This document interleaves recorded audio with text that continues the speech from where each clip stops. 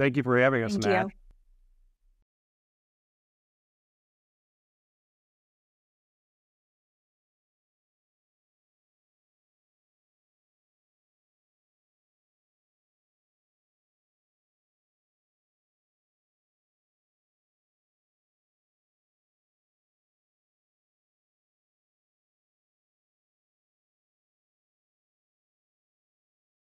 Yeah, you You want want me me to to take start this paying? now?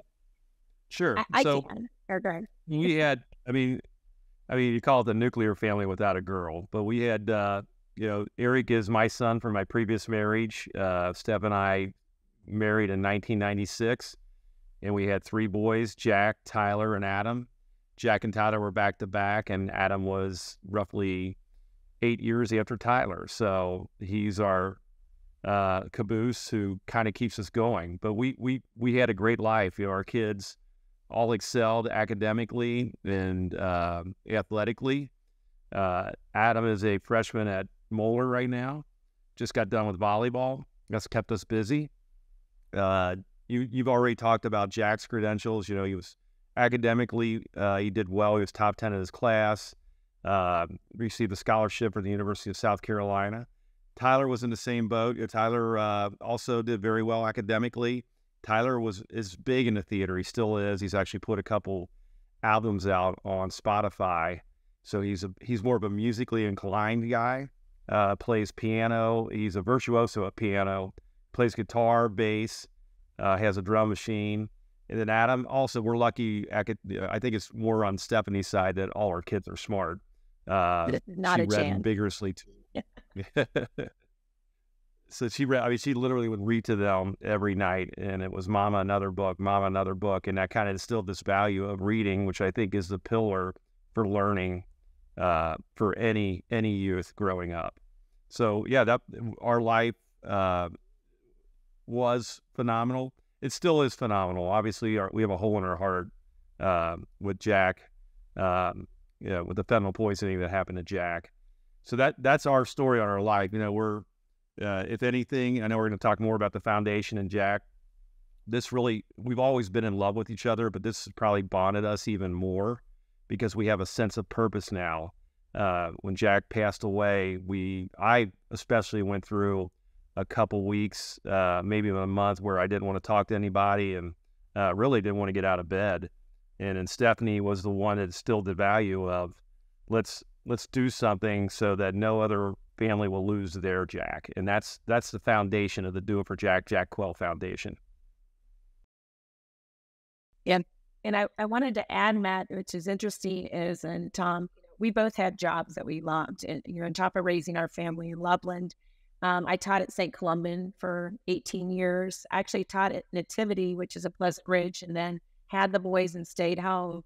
And it's kind of funny, the nun that I student taught under hired me in the parking lot of St. Columban when Jack was in first grade. And we just laughed at that because she didn't ask anybody. She just hired me. So our friends got a kick out of that. Like, you would have never been hired. I'm like, yeah, you're probably right.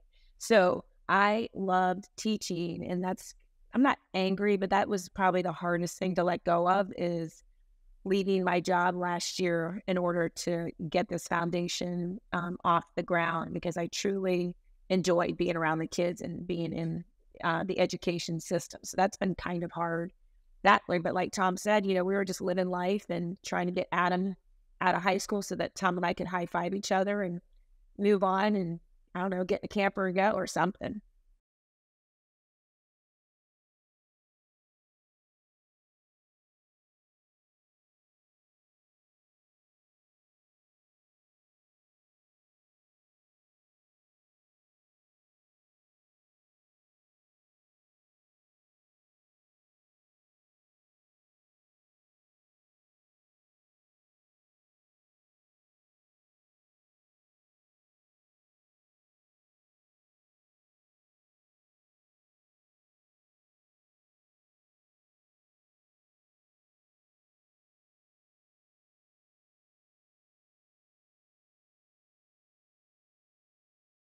Yeah.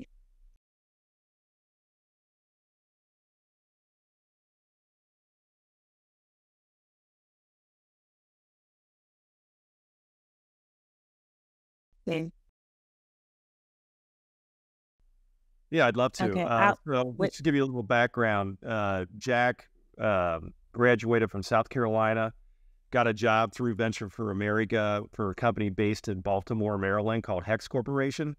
And during COVID, he worked remotely. So he lived with us for almost a year working remotely for Hex. In August of 2021 is when we loaded up a U-Haul for him and he moved up to Baltimore.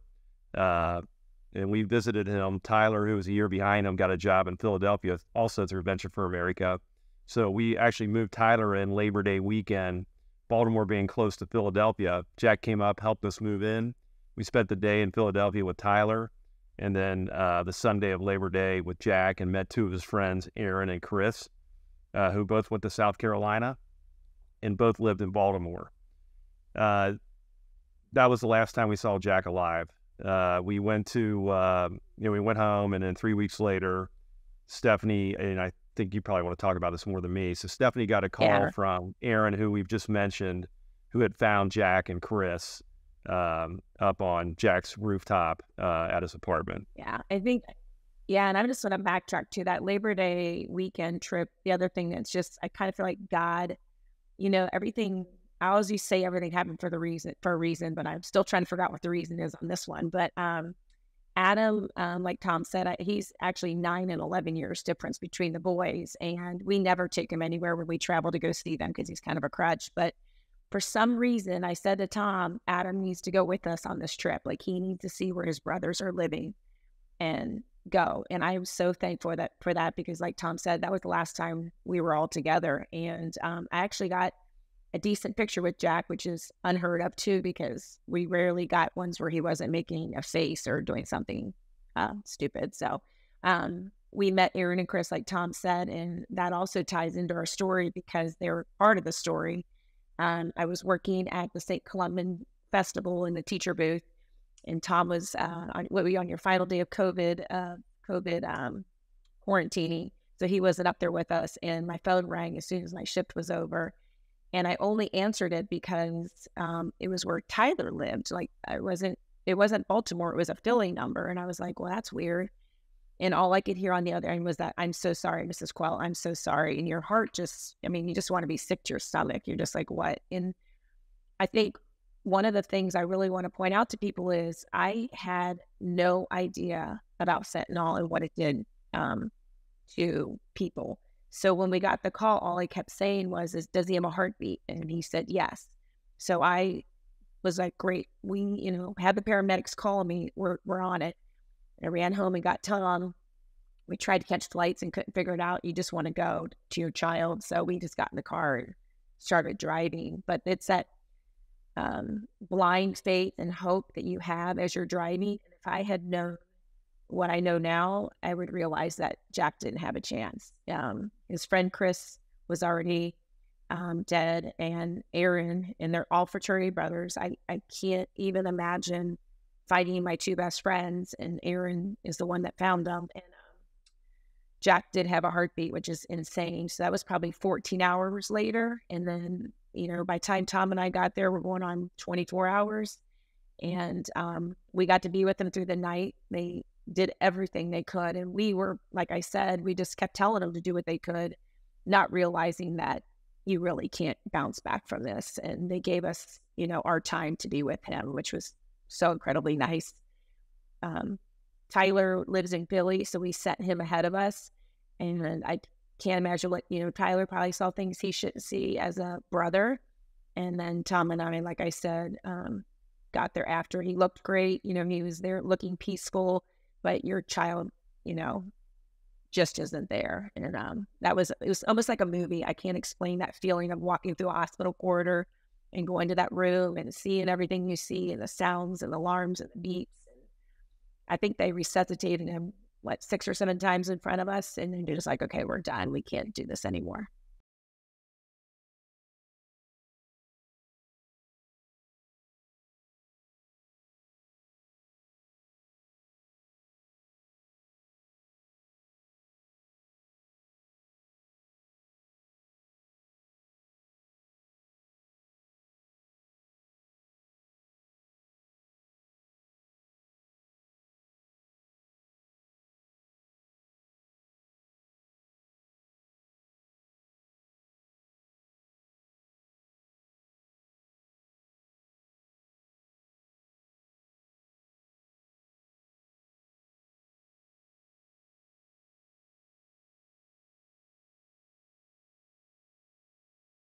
Yeah, so I think the way the podcast started out is actually how we start talking to the parents and the youth that we talk to, because Jack's story is relatable to people that are in academics. He did a little theater, so we talk about that. We also talk about the athletics too, so academics, athletics, and theater, to tie in the message that he was somewhat of an all-American boy. And it was a not my child thing for us. We knew nothing about fentanyl. And I think the point is that we want to get across is your son or daughter could experience the same problem we had, and we want to prevent that by giving you the facts about fentanyl so you understand how potent it is, how powerful it is, how addictive it is, and what steps you can take not to be affected by fentanyl. And I honestly, Tom, why don't you tell them a little bit about like what they're doing with the fentanyl and why? And so I had a friend whose son had passed away from fentanyl poisoning 5 years ago, and he had struggled with drugs. So she, it wasn't like, oh, that's okay. But I just never realized that, okay, I better talk to Jack and Tyler because this could happen to them, because back to what we were saying is, this was using recreationally, which we had no idea that was so prevalent right now in these young professionals. But Tom could tell you a little bit about why we didn't understand. I think parents think, or people ask, well, why are they trying to kill these people? And they're not.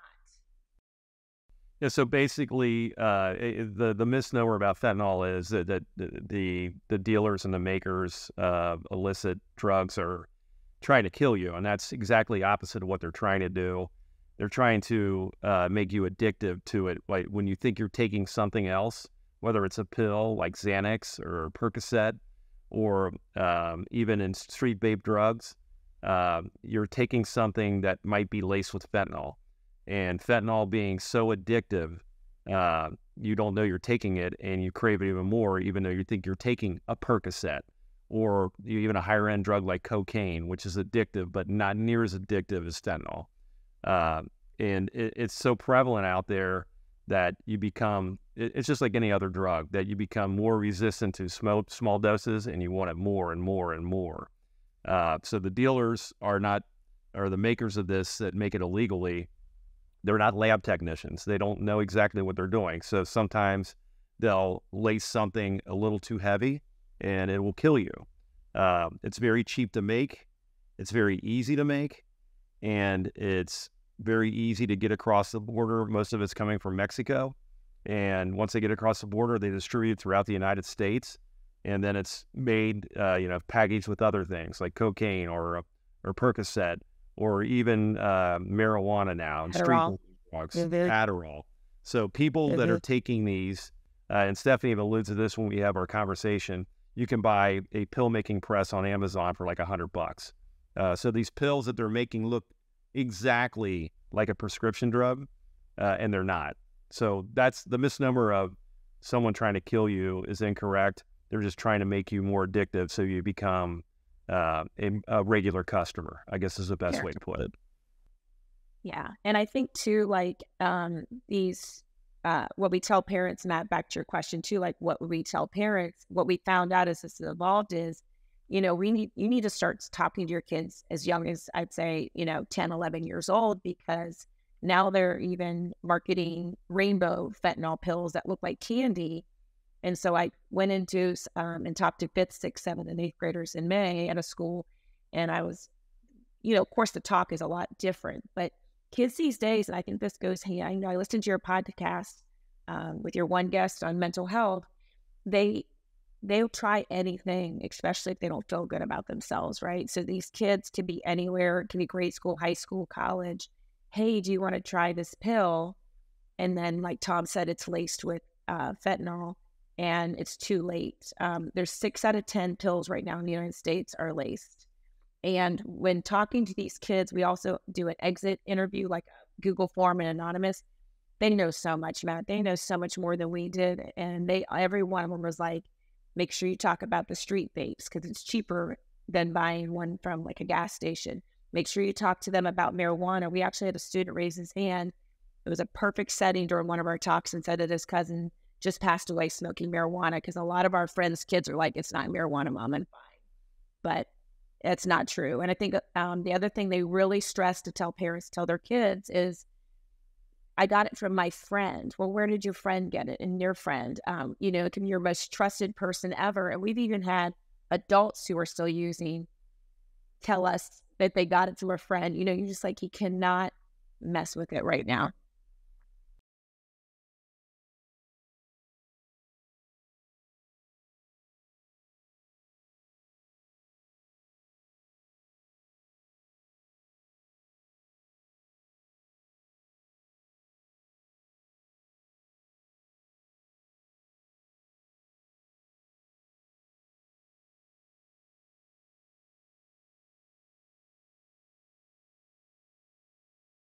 Yeah, I think it's more the Yes. chemical marijuana.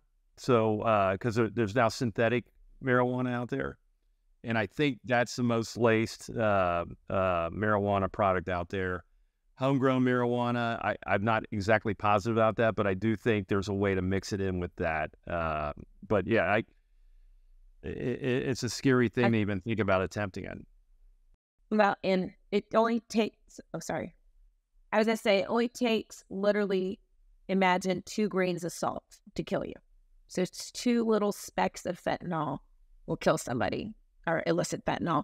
So that is why, too, like, we've had Jack's friends say, oh, well, some of our friends are using test strips now. And I'm like, well, that's great. Are you testing a whole bag of cocaine? Are you testing a whole bag of marijuana? Or you could have pills and one would kill you and one wouldn't. You're playing roulette with your life every time you try something.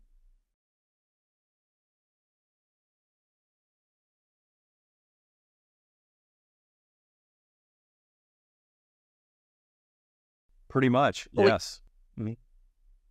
I mean, I have there are many people out there that do this, but I do have some friends that bring their own salt shakers to restaurants because they're afraid someone is trying to screw with them and because it looks like a grain of salt and that will kill you. Yes.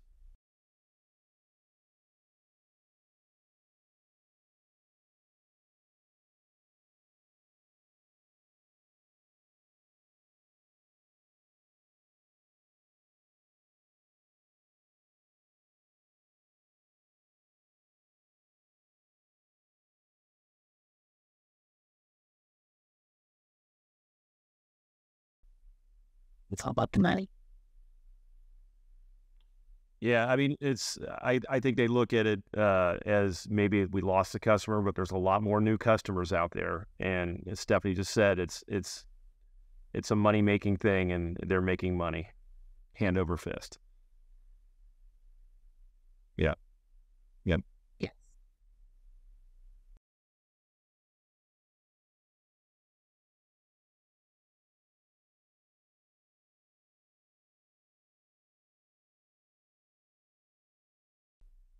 Yeah, and I'll let Steph talk mostly about that since she started the foundation. As I alluded to earlier, I was more of a recluse, and then she is the one that said we need to do something. So the Jack Quehl Foundation started roughly a year and about a year ago. Yeah. Honestly, I think we got to thank my sister and brother-in-law actually put the paperwork together with the lawyers to get us established as a nonprofit before we were even ready to do anything about it. And then we had all these donations after Jack passed. And I was like, okay. And then you kind of still sit on it last summer or whatever. And then in November, I decided to enter Society Gives through Society Magazine. And it was just a fundraising thing. And I thought I'd just, show up and see what it was about. And the community rallied behind us and we won it. And so we got extra bonus money from the whole thing. But that just gave the board and us the incentive to keep going, because honestly, you just sit there and go, why am I doing this? And then someone sends you an email about the work you're doing, or you contact me, hey, be on my podcast to show us that we matter. And when we started that first thing and people were donating, we're like, people care about this cause. So the foundation, honestly, yeah, I mean, even though we did the paperwork, we've probably only been moving and shaking since November. And we're always backpedaling. Our board members are phenomenal. And they're all people we know who just said, I want to help. They all have full-time jobs. None of us are getting paid. And so it's a lot of, my personality, like, I need this today, or can I have that right now? And they're like, Steph, we don't work that way. I'm in the school setting, they're in the business setting, like you're crazy, but they literally have helped Tom and I so much with everything. And so we're just evolving, Matt. Honestly, we were maybe going to speak at Moeller High School. We started with them because obviously it's a comfortable setting for Tom and I. We knew the staff, we knew the people, and we knew the audience. And so we went in and we had a meeting with them. We didn't know if they'd say no. And we said, hey, can we come in and talk to your seniors? For sure. And we want to do it in a small setting because I was subbing up at Moeller High School this year, and I got the biggest kick out of that, by the way. But I realized in watching these boys that in a larger assembly, they're sleeping, they're talking, they're drifting off. So I was like, so we went in and said, how about we do this in a classroom setting? So they said yes, and they hooked us up with some teachers that were phenomenal. And we talked to probably 12 to 15 talks, and about 25 to 30 kids each talk. And it was exhausting because we just said the same thing over and over again. But then you'd have a kid raise their hand, like I said, and say something so powerful about something they knew. And you're like, okay, this, and then the exit interview. Thank you, Mr. and Mrs. Quehl. Keep going. Make sure you talk to this school. Make sure you do this.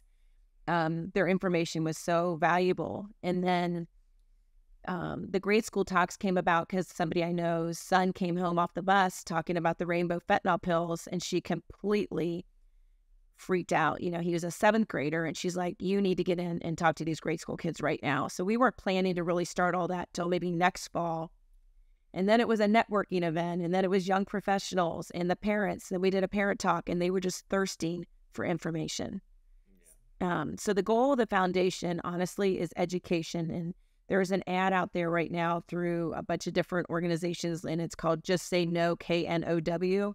And I love that because knowledge is power. And I think, like Tom said, the border isn't stopping. The pills are coming in, fentanyl's coming in. And so we got to just man everybody with as much knowledge as we can about what's going on.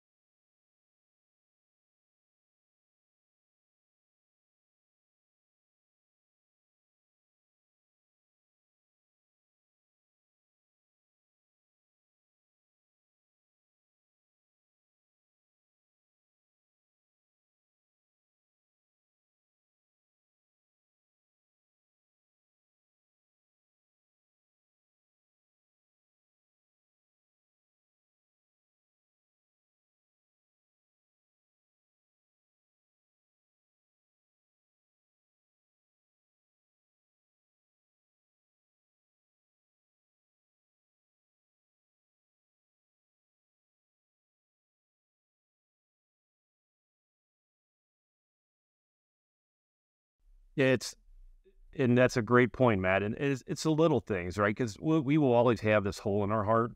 And I'll give you an example. So we started talking about a month and a half ago, 2 months ago. We've talked to over 500 students. We've talked to over 100 adults, and we're just getting started. And it's a little message we get back. For example, we received a letter from one of the teachers of Moeller. He had his students write an article and present it to the class about who inspired you the most over this past year. Was it a teacher? Was it a fellow student? And this student wrote about us and how powerful the message was and how we gave back to him, we're going through a tragedy, but we're also trying to save other people. And we get those messages almost every day about someone who's lost someone to fentanyl poisoning or someone who's going through issues in life and how our message has affected them. And that is what really helps us. That's what keeps us going. People patting us on the back saying, you're saving lives. You've saved my life.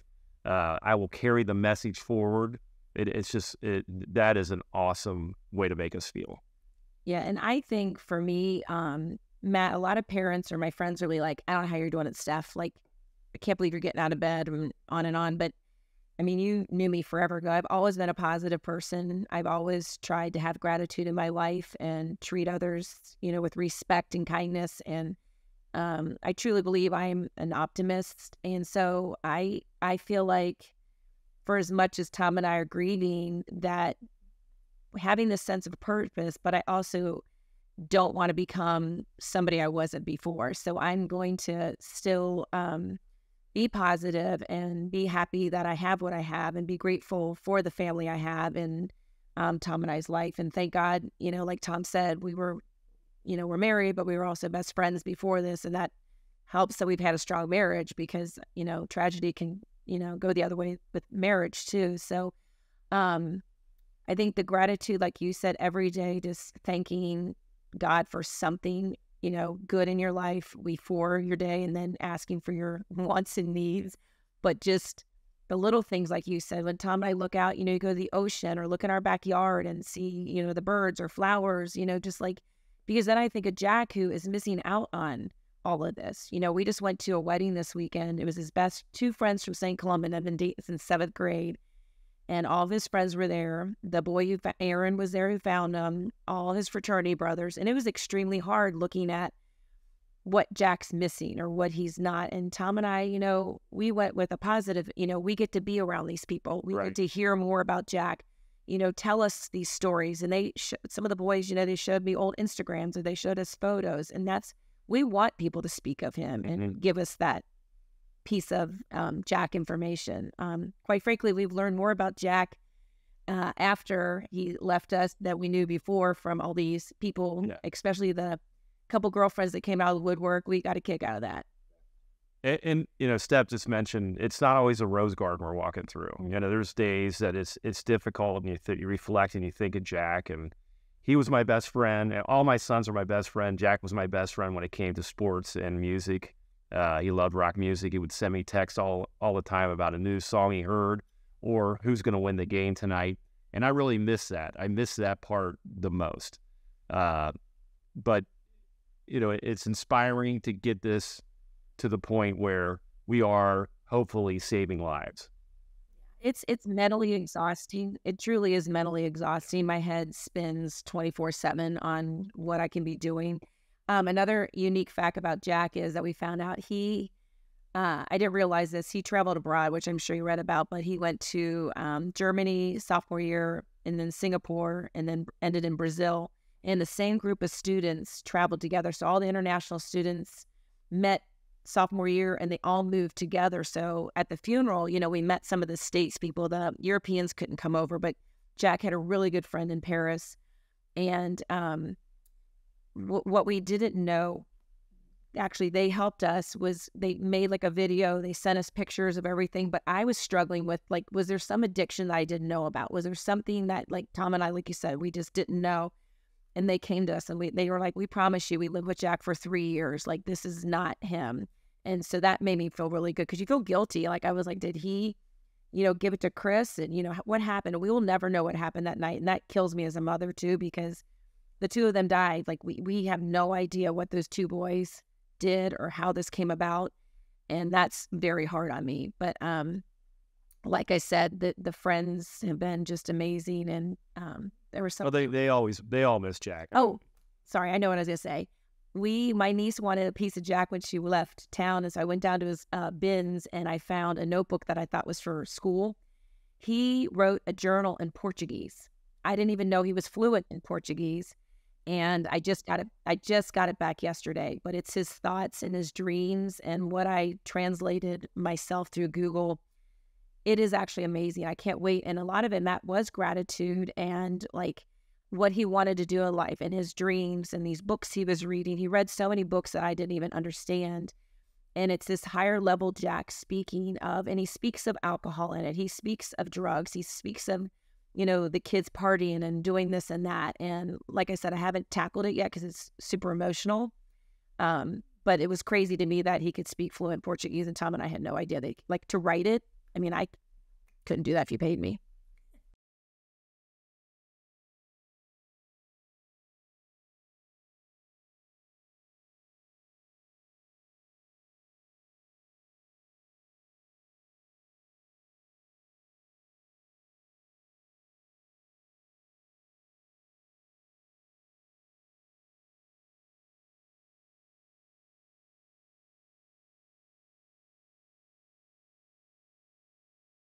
Yeah, I mean, like Steph said, I married my best friend, and we still are best friends, and we've always had a very, very close relationship. We have a purpose now that doesn't make us sit back and just grieve all day. So, yeah, if anything, I'd say our marriage is stronger than it ever was. The boys, they, Eric got married last September, and he did a toast to Jack there, and he broke down and cried at his own wedding, so it was emotional for him. Tyler is Tyler's probably the most independent of our kids. We always knew when Tyler graduated college. By the way, he speaks fluent Mandarin and Chinese, so we knew he would never come back to Cincinnati. We knew he would. I think his dream job would be somewhere in Asia because he loves Asia, Japan, China, you name it. And it affected him probably the most because he was the first one that had to go down early, as Stephanie said earlier. But we've always had all our sons. We've had a great relationship with, and there's no black sheep or anything like that. We've had just our kids have been perfect. And I know they reflect on Jack a lot, but they've learned to live their lives and become independent. And I'm sure they think of Jack all the time. Yeah, I worry about Adam the most. He's, obviously he's going to be a sophomore in high school. And I think I don't know what goes through his mind. I've taken him to therapy, but he still's got, these kids these days, he's still got to get through high school. I'm like, those are tough years. And then to deal with your brother, he had some hurdles this year of kids saying insensitive things to him. And he gets, very teary-eyed when things are brought up. He went to grief group. Mueller had a great grief group, which I was so appreciative of. Because, there's been a lot of students that have passed over the years there. And so, they started, and they've really supported these kids. But I worry about him just because he's so young and probably doesn't even fully understand. It was really hard to tell him that his brother, did some cocaine. Like that's hard to tell an 8th grader at that point when you preach all the time to not use any illegal substances. So yeah, we worry, but we just, keep them close and keep talking, keep the conversation open.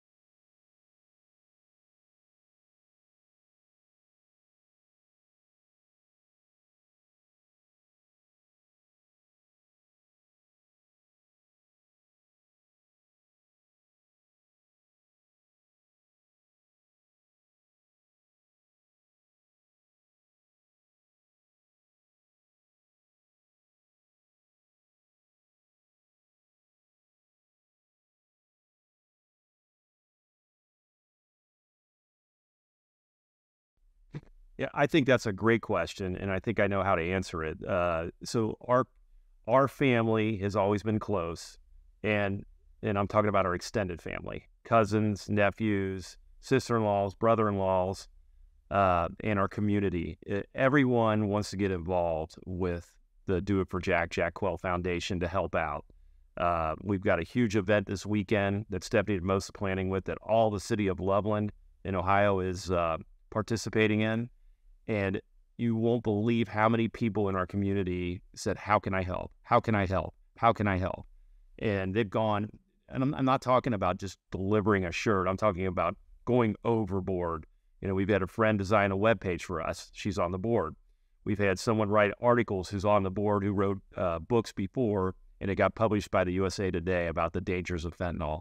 And we could go on and on about the folks that have really tried to move us out of our shadow and move the foundation forward. Yeah, I think with me,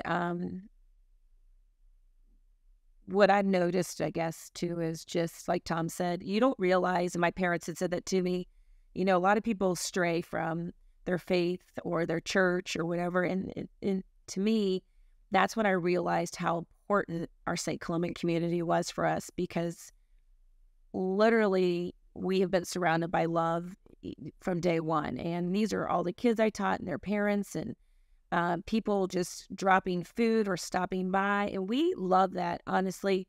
When people shy away from me, which is how I was before, I was never good with death. And I get that they get uncomfortable, but we love when people speak to us. And I think what's grown for me and Tom in gratitude is realizing how good of friendships we have. And it's also brought our families together because, we have lots of cousins and nieces. Everybody's growing up. Everyone's moving away. Everybody's doing their thing. But I think Jack's tragedy has connected us all back together again. And we've done, we all spent Christmas together, away. Like Tom and I want to go to Florida. They joined us, like whatever we wanted for a holiday, they were there and they did it, So I think we're grateful for, we might have taken those friendships, for granted, or our family members. And I think that's really helped with this tragedy. Or even, like I said, our jobs. Like I didn't realize I was grateful for my job till I had to leave my job, You don't realize it.